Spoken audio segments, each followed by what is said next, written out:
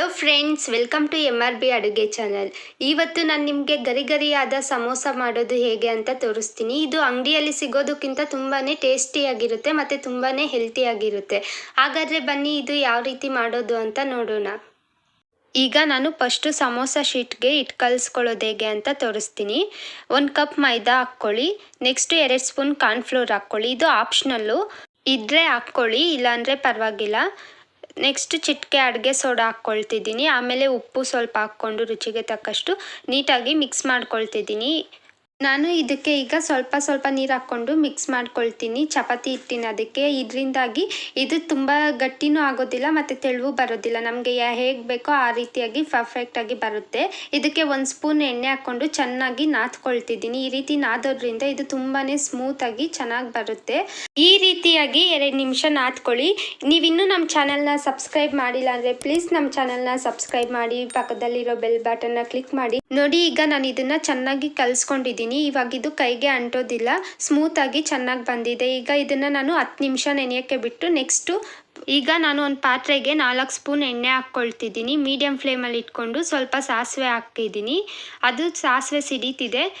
4 ಈರುಳ್ಳಿ, ದಪ್ಪ ಈರುಳ್ಳಿನ ಉದ್ದುದ್ದಕ್ಕೆ ಹಚ್ಚಿಟ್ಕೊಂಡಿದ್ದೀನಿ. ಹಾಕ್ಕೊಂಡು ಫ್ರೈ ಮಾಡ್ಕೊಳ್ತಿದ್ದೀನಿ ಈರುಳ್ಳಿನ ಸ್ವಲ್ಪ. ಇದು ಸ್ವಲ್ಪ ಫ್ರೈ ಆದಮೇಲೆ ನಾನು ನೆಕ್ಸ್ಟು ಇದಕ್ಕೆ ಬೀನ್ಸ್ 1 ಕಪ್ ಹಾಕ್ಕೊಳ್ತಿದ್ದೀನಿ. ಹಾಕ್ಕೊಂಡು ಚೆನ್ನಾಗಿ ಫ್ರೈ ಮಾಡ್ಕೊಳ್ತೀನಿ. ಮತ್ತು ಕ್ಯಾರೆಟು ಅಷ್ಟೇ 1 ಕಪ್ ಆಗೋಷ್ಟು ಕ್ಯಾರೆಟ್ ಇದೆ, 1 ಕಪ್ ಬೀನ್ಸ್ ಇದೆ. ಎರಡನ್ನೂ ಹಾಕ್ಕೊಂಡು ನೀಟಾಗಿ ನಾನು ಮಿಕ್ಸ್ ಮಾಡಿಕೊಂಡು ಫ್ರೈ ಮಾಡ್ಕೊಳ್ತಿದ್ದೀನಿ ಮೀಡಿಯಮ್ ಫ್ಲೇಮಲ್ಲಿ ಇಟ್ಕೊಂಡು. ಈಗ ಇದು ನೋಡಿ ಚೆನ್ನಾಗಿ ಫ್ರೈ ಆಗಿದೆ. ಇದಕ್ಕೆ ನಾನು ನೆಕ್ಸ್ಟು ಹಸಿಮೆಣ್ಸಿನ್ಕಾಯಿ 8 ಹಾಕ್ಕೊಂಡು ಚೆನ್ನಾಗಿ ಫ್ರೈ ಮಾಡ್ಕೊಳ್ತೀನಿ. ಸಣ್ಣದಾಗಿ ಹಚ್ಚಿಟ್ಕೊಂಡಿದ್ದೀನಿ ಹಸಿಮೆಣ್ಸಿನ್ಕಾಯಿ. ನಿಮ್ಗೇನಾದ್ರು ಖಾರ ಕಡಿಮೆ ಬೇಕು ಅನಿಸಿದ್ರೆ ನೀವು ಬೇಕಾದರೆ ಕಡಿಮೆ ಮೆಣಸಿನ್ಕಾಯಿ ಹಾಕ್ಕೊಳ್ಳಿ. 1 ಕಪ್ಪು ಬೇಯಿಸಿಟ್ಟಿರೋ ಬಟಾಣಿ ಹಾಕ್ಕೊಂಡು ಚೆನ್ನಾಗಿ ಫ್ರೈ ಮಾಡ್ಕೊಳ್ತಿದ್ದೀನಿ. ಇದು ಎಲ್ಲ ನೀಟಾಗಿ ಫ್ರೈ ಆದಮೇಲೆ ನೆಕ್ಸ್ಟು ನಾನು ಇದಕ್ಕೆ ಚಿಟಿಕೆ ಅರಿಶಿನ ಹಾಕ್ಕೊಳ್ತಿದ್ದೀನಿ. 1 ಟೀ ಸ್ಪೂನ್ ಆಗೋಷ್ಟು ಅರಿಶಿನ, 1 ಸ್ಪೂನ್ ಗರಂ ಮಸಾಲೆ ಮತ್ತು ಖಾರದ ಪುಡಿ ಅರ್ಧ ಸ್ಪೂನ್ ಹಾಕ್ಕೊಳ್ತಿದ್ದೀನಿ. 2 ಸ್ಪೂನ್ ಚಿಕನ್ ಮಸಾಲ ಹಾಕ್ಕೊಂಡು ಚೆನ್ನಾಗಿ ಫ್ರೈ ಮಾಡ್ಕೊಳ್ತೀನಿ. ಎಲ್ಲನೂ ನೀಟಾಗಿ ಮಸಾಲೆ ಎಲ್ಲ ಹಿಡಿಯೋ ರೀತಿಯಲ್ಲಿ ಚೆನ್ನಾಗಿ ಫ್ರೈ ಮಾಡಿಕೊಂಡು ಕೊತ್ತಂಬರಿ ಸೊಪ್ಪು ಹಾಕ್ಕೊಳ್ತಿದ್ದೀನಿ. ಒಂದು ಸ್ವಲ್ಪ ಸಣ್ಣದಾಗಿ ಹೆಚ್ಚಿಟ್ಟಿರೋವಂಥ ಕೊತ್ತಂಬರಿ ಸೊಪ್ಪು. 1 ಆಲೂಗೆಡ್ಡೆನ ಚೆನ್ನಾಗಿ ಬೇಯಿಸ್ಬಿಟ್ಟು ಸಣ್ಣದಾಗಿ ಕಟ್ ಮಾಡಿ ಇಟ್ಕೊಂಡಿದ್ದೀನಿ.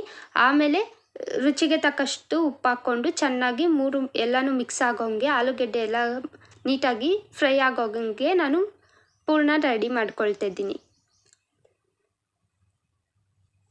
ಈಗ ನೋಡಿ, ಇದು ಚೆನ್ನಾಗಿ ಎಲ್ಲ ಮಿಕ್ಸ್ ಆಗಿದೆ, ಪೂರ್ಣ ರೆಡಿ ಆಗಿದೆ. 10 ನಿಮಿಷ ಆಗಿದೆ, ಹಸಿಟ್ಟು ಎಲ್ಲ ಚೆನ್ನಾಗಿ ನೆಂದಿದೆ. ನೆಕ್ಸ್ಟು ಇದು ಯಾವ ರೀತಿ ತೀಡ್ಕೊಳ್ಳೋದು ಅನ್ನೋದೆಲ್ಲ ನಾನು ತೋರಿಸ್ತೀನಿ.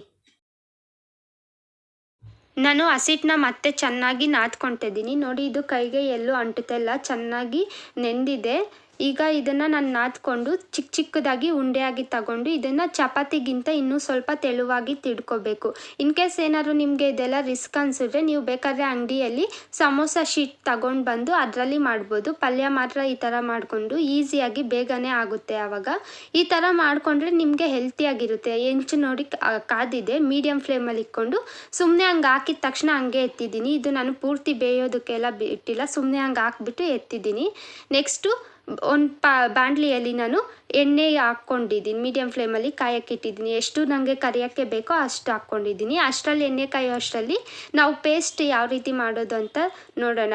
2.5 ಸ್ಪೂನ್ ಮೈದಾ ಹಾಕ್ಕೊಂಡು ನೀರು ಸ್ವಲ್ಪನೇ ಹಾಕ್ಕೊಂಡು ಮಿಕ್ಸ್ ಮಾಡ್ಕೊಳ್ಳಿ. ಎಲ್ಲೂ ಗಂಟಾಗ್ದಿದ್ದಂಗೆ ಪೇಸ್ಟ್ ರೀತಿಯಲ್ಲಿ ಬರಬೇಕು ಚೆನ್ನಾಗಿ.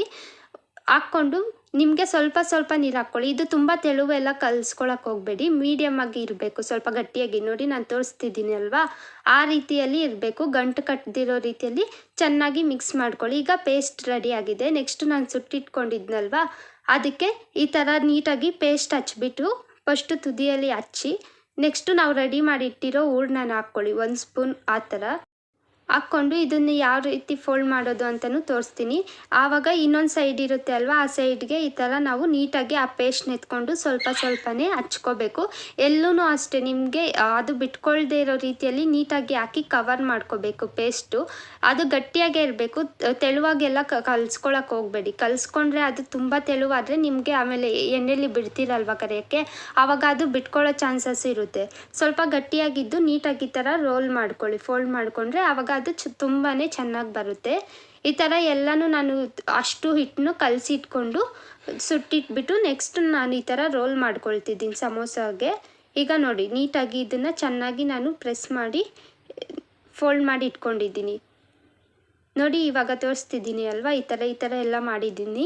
ಎಣ್ಣೆನೂ ಈಗ ಚೆನ್ನಾಗಿ ಕಾದಿದೆ, ಮೀಡಿಯಮ್ ಫ್ಲೇಮಲ್ಲೇ ಇಟ್ಕೊಂಡು ಸಮೋಸನ ನಾನು ಬಿಡ್ತಿದ್ದೀನಿ. ಹಾಕಿದ ತಕ್ಷಣ ಕಲ್ಸಕ್ಕೆ ಹೋಗಬೇಡಿ, ಅದನ್ನು 1-2 ನಿಮಿಷ ಬಿಡಿ ಬೇಯೋದಕ್ಕೆ. ನೀಟಾಗಿ ಸ್ವಲ್ಪ ಚೆನ್ನಾಗಿ ಬೇಯಬೇಕು. ನೀವಿನ್ನೂ ನಮ್ಮ ಚಾನಲ್ನ ಸಬ್ಸ್ಕ್ರೈಬ್ ಆಗಿಲ್ಲ ಅಂದರೆ ಪ್ಲೀಸ್ ನಮ್ಮ ಚಾನಲ್ನ ಸಬ್ಸ್ಕ್ರೈಬ್ ಮಾಡಿ, ಪಕ್ಕದಲ್ಲಿರೋ ಬೆಲ್ ಐಕನ್ನ ಪ್ರೆಸ್ ಮಾಡಿ. ಈ ಥರ ಇದು ಚೆನ್ನಾಗಿ ಫ್ರೈ ಆಗ್ತಾ ಇರಬೇಕು.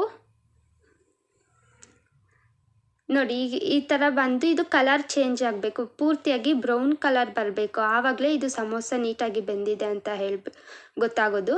ಅಲ್ಲಿ ತನಕ ಎತ್ತಕ್ಕೆ ಹೋಗಬೇಡಿ. ಈಗ ನೋಡಿ ಇದು ನೀಟಾಗಿ ಬೆಂದಿದೆ. ನಿಮಗೆ ಗರಿಗರಿಯಾದ ರುಚಿಯಾದ ಸಮೋಸ ತಿನ್ನಲು ರೆಡಿ ಆಗಿದೆ.